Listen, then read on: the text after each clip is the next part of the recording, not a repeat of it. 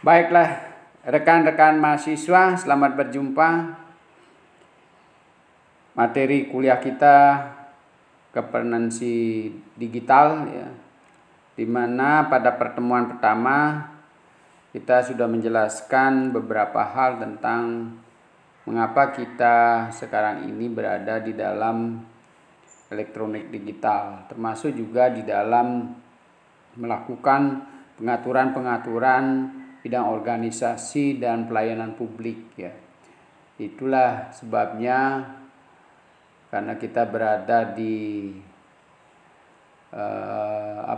era digital, ya, maka untuk mempercepat dan melakukan pelayanan lebih cepat serta aktivitas di dalam manajemen organisasi itu bisa dilakukan secara elektronik, ya. Jadi visi digital itu bagaimana supaya negara atau bangsa itu dapat melakukan penguatan pada masyarakat baik di bidang ekonomi maupun dalam pemberdayaan pembangunan lainnya, ya. Jadi digital untuk memberdayakan masyarakat, digital juga digunakan untuk melayani masyarakat sesuai dengan tuntutan dan kebutuhan mereka, sehingga bagaimanapun caranya di era sekarang ini pemerintah itu maupun masyarakat harus melek tentang digital ini, ya. Teknologi digital selain memberikan manfaat juga dapat memberikan risiko terhadap berbagai hal di dalam masyarakat, ya. Sering kita melihat atau membaca beberapa sosial media digunakan secara negatif, ya, sehingga menimbulkan kekacauan sosial ataupun dampak hukum bagi yang melakukan kekeliruan tersebut, ya. Jadi sebenarnya secara teknologi, ya, sistem digital atau electronic management ini dilengkapi dengan berbagai perangkat lunak, ya, yang bisa menghadirkan inovasi-inovasi baru, ya, teman-teman baru, cara kerja baru, teknologi baru yang sifatnya membantu kegiatan organisasi untuk mencapai tujuannya lebih cepat, ya, lebih efisien. Kemudian juga dari penggunaan electronic governance ini bisa lebih banyak melibatkan orang di dalam sistem organisasi ataupun pelayanan publik. Di sisi lain, sebenarnya dengan adanya era digital ini ada juga 3 hal yang perlu diketahui, bisa sebagai sesuatu yang memberi manfaat, bisa juga sebagai dampak negatif ketika kita tidak bisa mengantisipasinya. Yang pertama itu concentration, ya. Jadi dengan era digital ini fokus kerja kita itu menjadi mengembang, ya, karena banyaknya tuntutan masyarakat disediakan oleh dunia digital, informasi yang banyak, sehingga masyarakat ada peluang untuk memenuhi berbagai kebutuhannya. Sehingga konsentrasi yang perlu dilakukan oleh pemerintah itu menjadi sangat banyak, ya. Sehingga perlu menciptakan departemen-departemen pelayanan untuk bagaimana mengimbangi kecepatan tuntutan dari masyarakat, ya. Sehingga kalau kita terlambat, maka fokus pelayanan kita itu menjadi tertunda dan menjadi hambatan. Kemudian inequality. Jadi dari sisi kualitas, ya, dari sisi kualitas perlu juga ada sistem yang memastikan bahwa dalam sistem layanan secara digital ini bisa menghadirkan ketidakbagusan, ya, ataupun kualitasnya bisa tidak baik kalau memang kita tidak bisa mampu mengawasi atau tidak cerdas di dalam memperoleh layanan secara digital. Jadi nanti saudara misalnya kita menerima jualan online dan sebagainya, tahu-tahu kualitasnya berbeda dengan yang ditampilkan pada dunia digital dengan aslinya yang setelah dikirim barangnya. Jadi inequality Sehingga perlu ada sistem yang kuat untuk bagaimana baik secara elektronik maupun melalui kebijakan-kebijakan pemerintah untuk mengawasi setiap orang yang bertransaksi secara elektronik. Ya, sehingga kita sampai juga pada kontrol, jadi pada pengawasan terhadap produk-produk elektronik ya, informasi, ya, berita hoax dan sebagainya ini penting sekali, sehingga semakin hari masyarakat itu semakin cerdas dalam melayani dalam memperoleh layanan yang mereka inginkan. Ya, inilah yang perlu saya sampaikan. Kemudian kita lanjutkan dengan bagaimana pertumbuhan dunia ICT ini untuk sistem pengaturan manajemen pemerintahan atau governance itu secara baik atau baik pemerintahan maupun swasta. Jadi banyak hal yang sudah dilakukan oleh sistem digital, misalnya e-commerce ya, jadi dunia komersial, kemudian sistem pembelajaran, banking ya, perbankan, kemudian juga governance ya, dalam sistem tata kelola organisasi, kemudian transaksi, kemudian ada digital library ya, atau perpustakaan digital, kemudian gaya hidup, lifestyle ya. Jadi melalui digital Anda sering menggunakan Palmer use of stack ya, misalnya. Kemudian digital video broadcast ya, itu bisa digunakan oleh sistem penyiaran ya. Kemudian juga online work culture and workforce. Jadi dunia yang merambah pada pengembangan budaya masyarakat, kita juga bisa menggunakan dunia digital. Kemudian ICT dalam menyiapkan lifestyle ya, ada jaringan operasi komputer, data mining, kemudian data warehousing, kemudian revolusi telekomunikasi. Jadi kita terus melakukan perubahan-perubahan di bidang telekomunikasi, semakin hari semakin canggih ya. Jadi kecepatannya makin kuat, kemudian sistem komunikasi bergerak, ada dalam bentuk mobil ya, jadi handphone dan sebagainya. Kemudian multimedia ya, kita bisa bermain, kita bisa menggunakan perangkat-perangkat kita untuk melakukan kegiatan game di situ ya. Kemudian alat-alat perangkat elektronik yang berbiaya rendah, semakin hari kita biaya elektronik itu HP sejenisnya itu sebenarnya dari jenis yang sama semakin hari semakin murah karena daya saingnya semakin tinggi, kemudian dibantu peringanan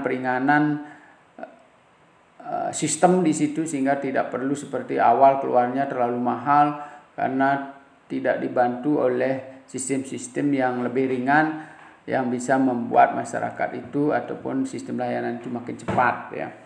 Jadi tidak berarti semakin mahal alatnya semakin cepat, tapi bisa saja karena biaya produksinya semakin mahal baru ditemukan itu bisa alatnya semakin mahal. Kemudian semakin regenerasi semakin cepat justru semakin murah kelihatannya, meskipun nanti kita beli dengan harga yang sama. Dulu kita beli 2 juta, kapasitasnya di dalamnya kecil. Sekarang kita masih tetap beli 2 juta tapi kapasitasnya sudah banyak sekali yang ada di dalamnya, layanan-layanan atau fitur-fitur yang disediakan oleh media elektronik. Jadi akses informasi yang instan, cepat, terpercaya dan sebagainya itu bisa dilakukan melalui sistem digital ini. Kemudian ada putaran jam layanan ya, jadi secara otomatis nanti sistem yang diatur di situ. Anda kalau misalnya sudah mengatur dalam mesin itu nanti jam berapa Anda dibangunkan melalui dering telepon dan sebagainya ya, secara otomatis. Termasuk juga ketika kita melewati pos-pos pelayanan, otomatis nanti sistem akan mengatur kita untuk pindah tempat dari satu pelayanan ke pelayanan lainnya. Jadi sekian detik putarannya sudah kita pindah dan seterusnya. Kemudian terakhir adalah sistem informasi. Nah, itu yang banyak membantu yang disediakan dalam pengembangan ICT. Kemudian konsensus internasional tentang isu lintas batas. Jadi sebenarnya dengan adanya dunia digital ini, maka batas-batas antar negara itu semakin berkembang dan sulit ditentukan gitu ya, di dalam kaitannya informasi ya. Jadi kalau misalnya kalau batas-batas wilayah secara tempat atau lokasi geografis mungkin masih tidak bergeser, tetapi batas-batas dalam penggunaan informasi gitu ya, itu barangkali kita dari sini bisa menerima informasi dari negara-negara lain itu ya, di seluruh dunia, hingga dalam dunia informasi itu bisa dikatakan tanpa batas. Modal tata kelola untuk internet yang terbuka dan aman ya. Kemudian menghapus penghalang ke pasar digital global. Jadi tidak ada lagi halangan kalau kita ingin melakukan transaksi dan komunikasi dengan pihak-pihak negara lain ya. Yang penting Anda bisa memahami bahasa yang digunakan atau sandi-sandi yang mereka gunakan. Memanfaatkan informasi untuk pembangunan berkelanjutan, dapatkan hubungan, membangun platform, mengikuti globalisasi. Jadi kita bisa membangun jaringan internasional ya, organisasi kemahasiswaan secara internasional, kemudian juga platform-platform bisnis, platform organisasi, kesepakatan-kesepakatan MOU dengan negara-negara lain, tanpa kita langsung berhadapan dengan mereka ya, sehingga kita bisa juga menerima atau menyerap informasi-informasi yang berkembang di negara-negara ataupun organisasi-organisasi kemahasiswaan yang kita ajak bekerja sama. Kemudian koneksi pelengkap dan dividen digital. Jadi ada koneksi, berarti ada kekuatan hubungan secara digital, kemudian ada perangkat-perangkat yang harus dipenuhi, yang harus kita miliki. Kemudian ada juga dividen digital, keuntungan-keuntungan yang diperoleh secara digital. Jadi Anda misalnya sering mendengar ada menonton YouTube sekian kali, kemudian nanti suatu saat YouTube yang kita share itu mendapatkan reward atau dividen dari pengembangan atau dari netizen yang sudah banyak menonton film-film kita. Yang pertama, strategi pengembangan digital perlu lebih luas daripada strategi TIK. Jadi teknologi informasi komunikasi itu sejak awal mungkin kita hanya mengenal perangkat komputer, kemudian jaringan internet dengan kabel, kemudian juga layanan administrasi lainnya. Tetapi dengan digital itu bisa kita perluas, yang berkaitan dengan peraturan-peraturan yang memungkinkan perusahaan untuk terhubung dan bersaing secara global. Keterampilan untuk memanfaatkan teknologi makin mudah dipelajari. Kita tidak harus belajar di perguruan tinggi saja, tetapi kadang Anda dengan mengikuti sosial media tertentu atau aplikasi tertentu, kita secara tidak langsung sudah mempelajari teknologi tersebut dan bisa memanfaatkannya. Misalnya layanan perbankan ya, setiap hari kita menggunakan, maka kita sudah akan semakin cerdas untuk menggunakan layanan perbankan. Awalnya hanya untuk menarik uang, kemudian kita mengirim, akhirnya bertransaksi ya misalnya. Kemudian institusi yang bertanggung jawab dan mampu. Perlu diciptakan juga institusi-institusi yang kuat. Jadi misalnya Kominfo yang kita bangun itu semakin kuat, didukung oleh masyarakat. Anggarannya juga bisa nanti mengalir dengan hasil-hasil yang diperoleh oleh masyarakat melalui dunia digital. Mereka akan menjadi gembira dan senang menggunakan peralatan digital, sehingga perusahaan-perusahaan atau UKM yang dia bangun, usaha-usaha mereka yang dia bangun dengan cepat berkembang. Dengan begitu dia akan serta-merta memberikan kontribusi yang cukup di dalam pengembangan jaringan tersebut. Teknologi digital menambahkan dua dimensi penting. Apakah itu ya? Mereka memperkuat dampak kebijakan baik atau buruk. Kemudian gagal melakukan reformasi berarti ditinggalkan jauh ya. Jadi misalnya kalau kebijakan-kebijakan yang dibuat itu secara konvensional itu tidak bisa mengikuti perkembangan elektronik ini, mereka tidak akan ketinggalan itu di dalam melaksanakan program-programnya, apakah itu pemerintah maupun swasta. Sehingga perlu ditransformasikan dalam bentuk digital. Meski bukan jalan pintas untuk pengembangan, mereka bisa menjadi akselerator dengan meningkatkan kualitas tambahan. Jadi meskipun nanti dunia digital ini tidak menjadi satu-satunya di dalam pengembangan organisasi, mungkin saja dipakai pelengkap begitu ya. Tetapi dengan pelengkap yang memiliki kualitas baik akan mengarahkan pada sistem organisasi yang konvensional itu menjadi lebih maju dan modern dan lebih banyak dikenal oleh masyarakatnya atau anggota yang menjadi bagian dari organisasi tersebut, ya. Kemudian hasilnya meningkatkan dividen digital, pertumbuhan lebih cepat, lebih banyak pekerjaan dan layanan lebih baik. Jadi semakin hari kita menggunakan digital, baik perusahaan maupun pemerintah maupun secara pribadi, mestinya dampak positifnya ini ya, dividen digitalnya itu lebih dirasakan gitu.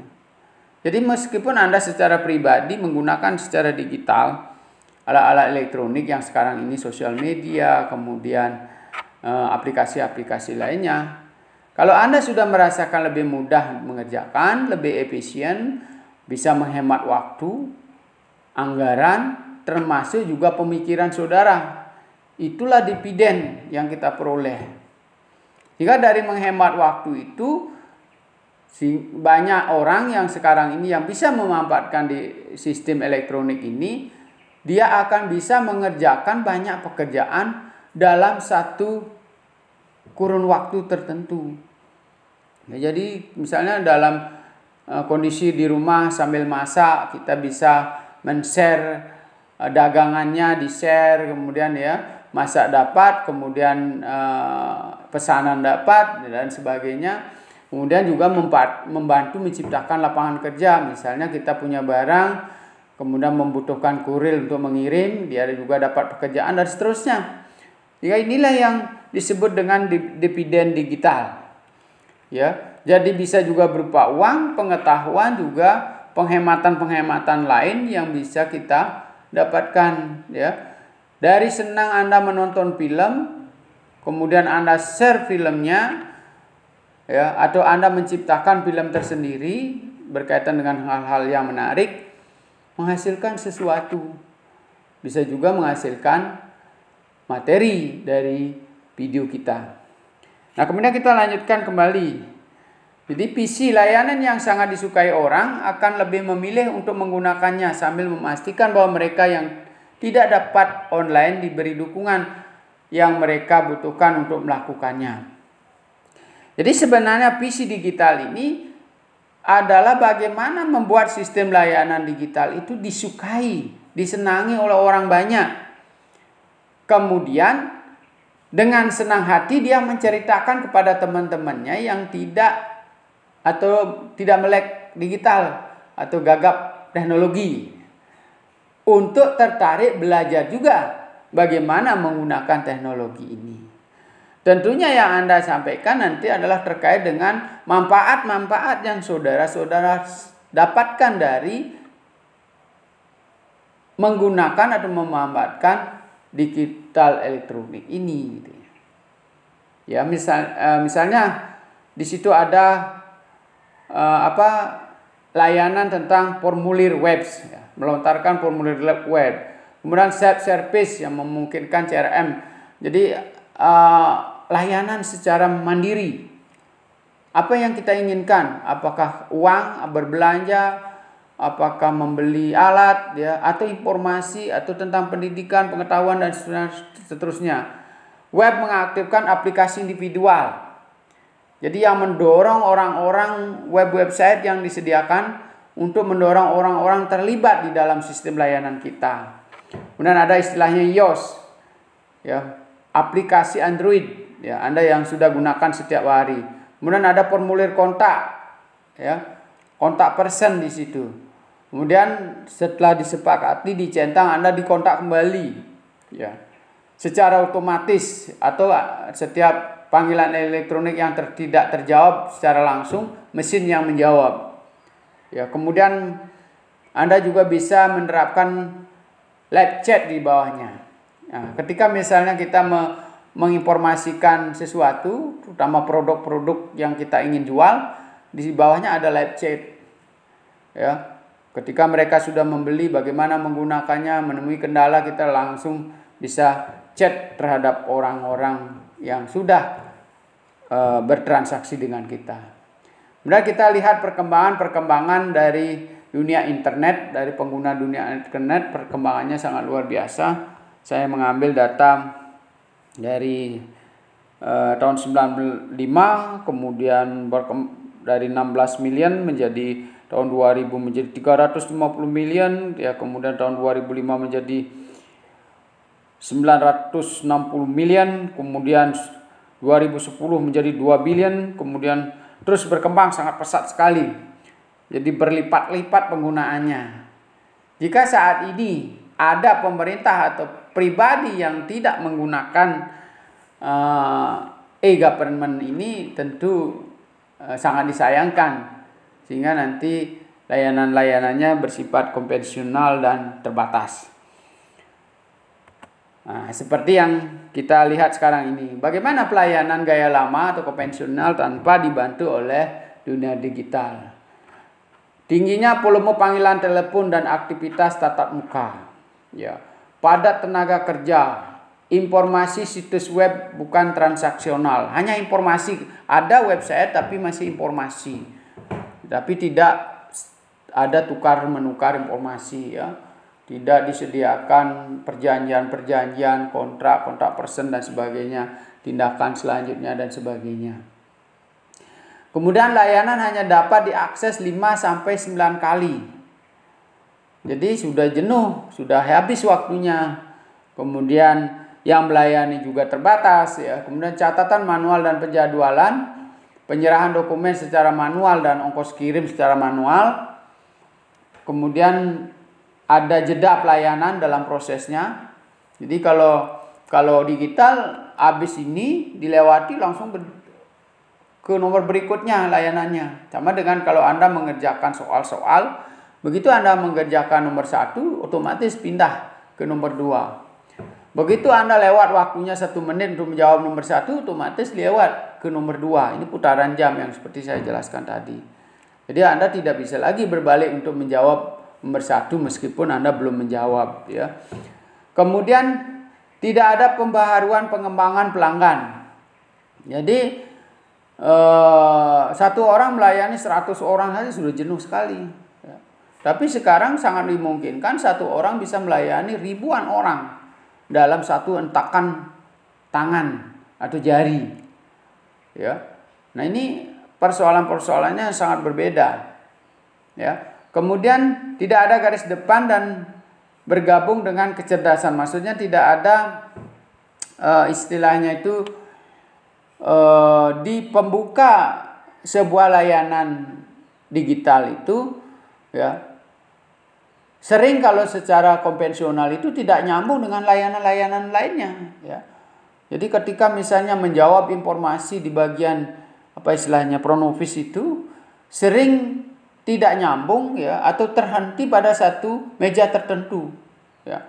Tetapi ketika layanan online, ya, begitu kita membuka setuju gitu untuk satu layanan tertentu, maka setiap sistem yang akan melayani orang tersebut itu akan melihat, ya, bisa mengontrol, ya. Jadi berapa orang yang akan mau, 15 orang yang akan mau, semuanya akan tahu informasinya sehingga mereka bisa mengawasi bagaimana tindak lanjutnya dan seterusnya, ya. Sehingga itu akan menghasilkan sesuatu kecerdasan bagi sistem layanan kita. Aplikasi iOS yang tidak digunakan, ini jelas. Jadi bagaimana sistem yang digunakan itu, ya, Android itu tidak mereka miliki, ya. Nah, kemudian bagaimana dengan standar digital?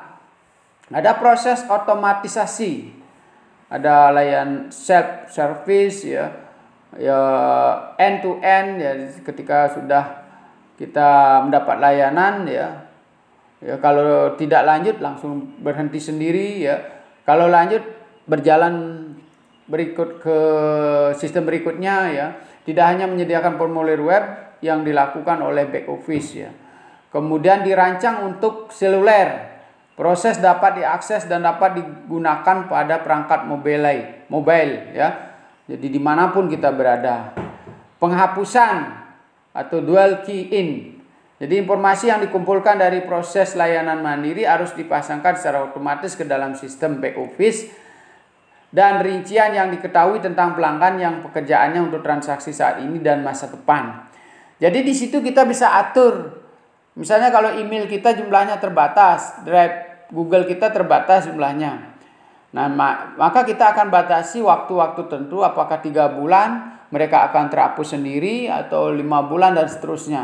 Mereka akan terhapus sendiri, kemudian nanti dipilih file-file yang penting dicentang sehingga tidak terhapus. File-file yang tidak penting akan terhapus sendiri. Proses arus cerdas memberikan interogasi bersyarat dan arus proses adaptif. Jadi dalam sistem itu harus sangat dimudahkan untuk lakukan pembaharuan dalam sistem. Jadi kita juga dalam menyiapkan perangkat elektronik itu harus bekerja sama dengan orang-orang yang memang mau untuk mengupdate sistem kita gitu.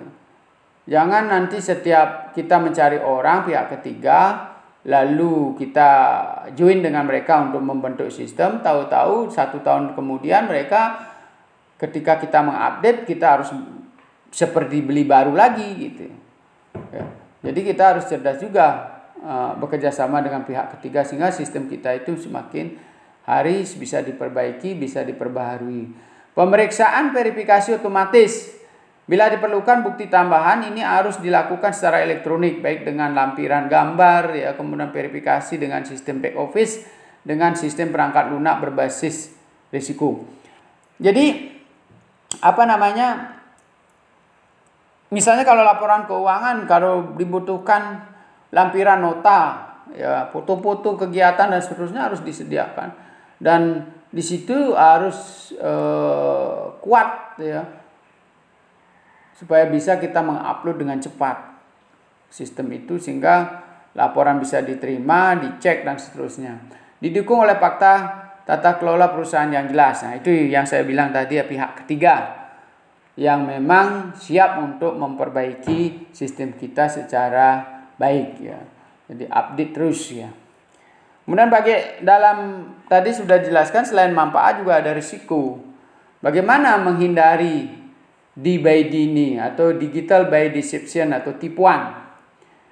Jadi bagaimana kita mengatur bahwa di dalam sistem layanan kita itu supaya kita tahu bahwa ini adalah informasi yang tidak baik, bohong dan seterusnya. Jadi kirimkan formulir dan seseorang akan menghubungi Anda. Misalnya laporan layanan pemadam kebakaran misalnya. Jadi bagaimana secara otomatis supaya sistem itu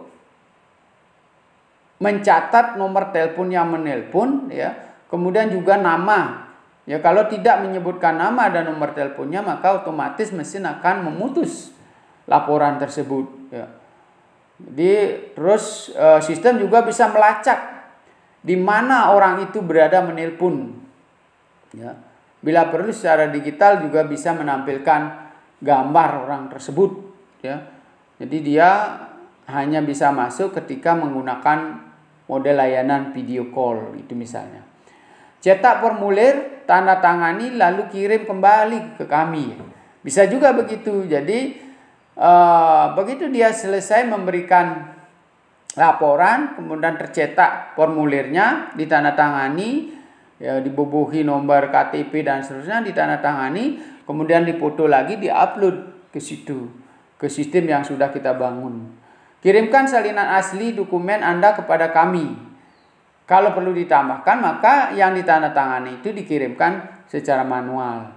Kemudian entry data, kemudian digital package ke halaman web lama. Jadi misalnya disimpan lagi, semua data-data itu disimpan untuk suatu saat ketika dibutuhkan bisa dipanggil kembali.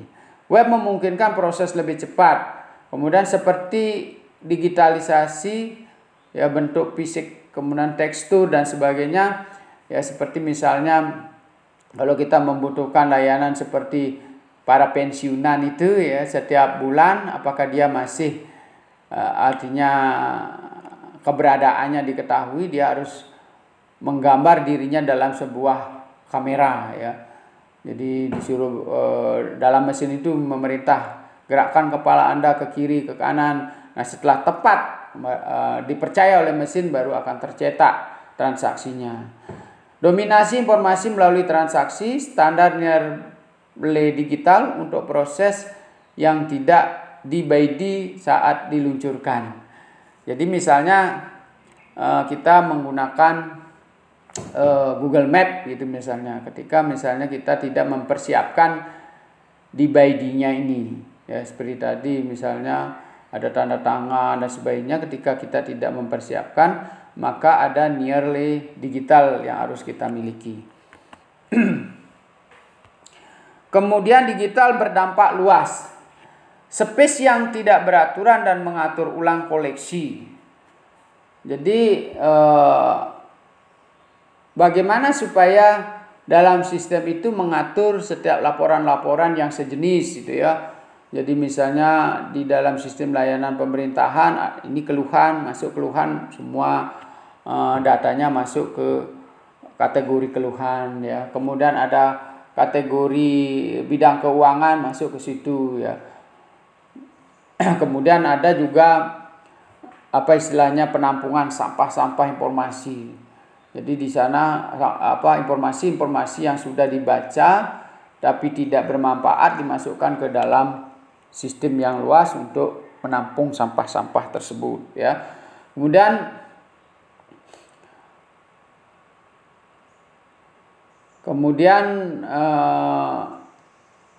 informasi yang terlalu banyak yang tidak penting ya, termasuk pembayaran, pemesanan, penjadwalan yang sudah lewat itu bisa dimasukkan ke dalam sistem yang disebut dengan bank sampah di situ ya. Kemudian pemesanan dan kemajuan tempat baru ya untuk memesan layanan-layanan baru, sehingga sangat dimungkinkan dengan tadi sudah informasi-informasi tidak penting itu dihapus sehingga ada ruang-ruang untuk menciptakan layanan-layanan baru. Kemudian pengaturan perpajakan ya. Kemudian klaim ya, kemudian memantau klaim ya, tingkat sudah sampai di mana klaim itu dilakukan. Kemudian berbagai pertanyaan perencanaan ya secara otomatis nanti dilakukan, ada yang namanya IDOC ya. Kemudian saran dan keluhan, pembayaran pajak ya, termasuk saldo akun dan catatan transaksi, kemudian permintaan transaksi pajak, kemudian pembayaran. Transaksi ini yang menghasilkan 80% person to person ya. Jadi misalnya berkaitan dengan transaksi individu ya, yang berkaitan dengan sistem yang sudah dibangun dalam sistem untuk melakukan transaksi. Ada beberapa faktor yang membuat sukses digital ini. Jadi proyek satu perusahaan yang dipimpin, bukan proyek yang dipimpin oleh proyek. Maksudnya begini, jadi bahwa dalam sistem layanan itu yang sebenarnya memimpin itu adalah manajemen yang sudah diatur melalui digital, bukan diatur oleh proyek itu sendiri ya. Jadi dibagaimanakan proyek seperti secara manual ya. Jadi ada pengaturan tersendiri. Tetapi kalau sudah dimasukkan ke dalam sistem, mereka kalau tidak mengikuti sistem tersebut maka sistem tidak akan melayani transaksi-transaksi yang dilakukan oleh manajemen proyek ya. Tujuannya jelas, penuh digital, tidak ada penipuan digital atau hoax ya. Kemudian komitmen politik dan kooperasi yang kuat terpadu dengan fokus pada kualitas bukan waktu dan pengakuan akan potensi proyek. Jadi bagaimana sebenarnya kualitas dari hasil proyek tersebut ya. Bukan pengakuan secara formal, misalnya yang penting ada istilahnya itu bukti-buktinya, ya, ada fisiknya, sudah selesai, tidak. Tetapi sistem diatur di situ, ya, siapa yang mengerjakan, kapan dikerjakan, waktu durasinya terlihat, ya, berapa anggaran yang digunakan, ya, berapa pegawai yang digunakan terbaca di dalam sistem elektronik itu. Sehingga nanti analisa secara rasional berdasarkan elektronik, tidak lagi berdasarkan orang, gitu ya. Jadi bisa saja dikerjakan oleh banyak orang, gitu ya, gajinya membengkak, tapi hasil fisiknya tidak bagus, ya. Itu sudah ditolak oleh sistem. Ya, komitmen sumber daya untuk proyek dan solusi corporate tunggal. Jadi misalnya bagaimana sumber daya itu berkomitmen bahwa hasil dari pekerjaan digital itu berkualitas. Kemudian ada desain dan standar desain yang jelas, keterlibatan penuh dalam perancangan atau proses perencanaan ulang dalam standar digital. Kemudian orang-orang yang tepat, pemasok yang tepat, produk yang tepat. Ya. Dan solusi pilihan bagi pemasok. Nah, ini ketika kita sudah bertransaksi dengan pihak lain, ya, jadi bisa dikatakan pemasok, ya, apakah itu pemberi informasi, apakah memang kita melayani berupa barang dan jasa, ya, itu jelas pemasok, ya.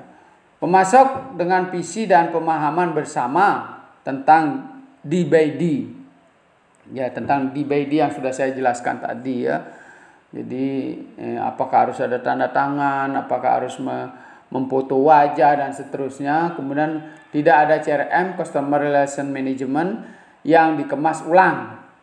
Jadi tidak bisa lagi kalau kita sudah masukkan secara elektronik, tidak lagi bisa kita komunikasikan ulang karena sudah sistem digital, ya. Kalau sudah tidak memenuhi syarat, ya keluar. Ya, kalau Anda misalnya sebagai dosen sudah menilai nilainya 70, tidak bisa lagi diulang, itu sudah diterima oleh mahasiswa, ya. Kemudian tidak bisa dilakukan atau bukan dilaksanakan institusi lain atau sebagai ciri perusahaan bersangkutan yang memungkinkan keterlibatan secara mandiri oleh pengguna. Jadi tidak ada keterwakilan di sini. Yang bertransaksi adalah yang bersangkutan.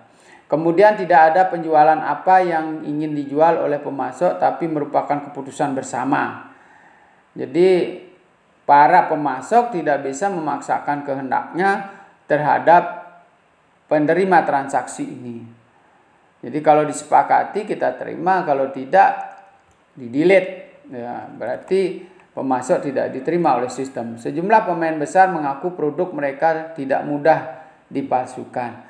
Nah, ini dari berbagai temuan, ya, dengan menggunakan digital ini, jadi sudah diukur, ya, berapa besarnya produknya dari sisi lightingnya, gambarnya dan sebagainya, sulit dipalsu, ya, kalau kita sudah mempercayai sistem digital ini.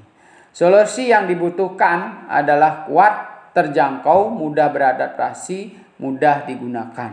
Nah, ini solusi yang harus dimiliki. Kuat, terjangkau, mudah beradaptasi, mudah digunakan. Itu solusi bagi pemasok, ya. Jadi kalau dia ingin memasok barang-barangnya terhadap perusahaan kita, sistem digitalnya dia juga harus kuat, ya, canggih. Jadi bisa mempotret barang atau produknya dia seperti aslinya. Tidak ada perbedaan sama sekali. Ya, merek, ya, kemudian besarnya, ya, kemudian ukurannya, ya, isinya di dalam, misalnya kalau obat apa saja isinya di sana, apakah vitamin apa dan sebagainya, itu tidak mudah dipalsukan, ya. Nah, kemudian kita lanjutkan dengan pilihan solusi. Single customer account atau history untuk semua proses, ya. Single customer account, ya, Anda bisa memilih layanan pribadi, ya. Anda bisa misalnya masuk ke dalam sistem seseorang dengan membuat account sendiri. Kemudian hubungan informasi pelanggan tunggal. Jadi Anda bisa memilih di situ apakah PIV, ya, apakah pelanggan biasa, ya.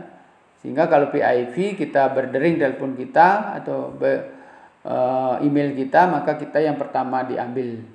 Kemudian migrasi internet dan internet yang ada ke CMS, Content Management System baru.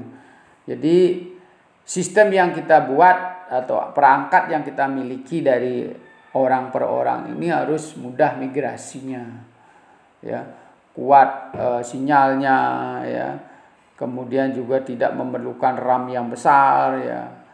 Ketika Anda memakai kamera misalnya tidak butuh kapasitas menghabiskan memori yang besar, ya, sehingga ketika dikirim lebih cepat. Ya, disitulah kelemahan para pengguna elektronik, ya. Misalnya salah satu contoh melamar pekerjaan, sebaiknya kita menyewa internet yang kuat, ya. Jangan coba-coba menggunakan HP kita yang kapasitasnya sangat kecil sehingga sulit masuk ke dalam sistem yang sudah dibuat di dalam sistem layanan pegawai tersebut, ya. Kemudian dirancang untuk situs mobile, kemudian semua tombol informasi dan informasi lainnya digerakkan, ya, bisa digerakkan, ya, bisa mentransfer data, bisa merubah data, ya, bisa mendelete data dengan cepat sehingga jangan sampai penuh memori Anda sehingga tidak bisa menerima informasi-informasi penting terkait dengan lamaran Anda sebelumnya. Jadi kalau Anda sudah memasukkan lamaran atau suplai barang atau proyek tertentu, pastikan memori HP Anda kosong sehingga nanti informasi-informasi penting itu bisa tidak masuk, bahkan telepon kita juga sulit dihubungi. Survei pelanggan, kepuasan dan pemantauan transaksi harus disediakan fitur itu juga. Kalau Anda sebagai penjual ada fitur-fitur untuk menyampaikan keluhan atau menyampaikan kuesioner tentang layanan kita. Pengetahuan keterampilan desain digital. Jadi kita juga harus memiliki, kemudian di situ juga ada live chat.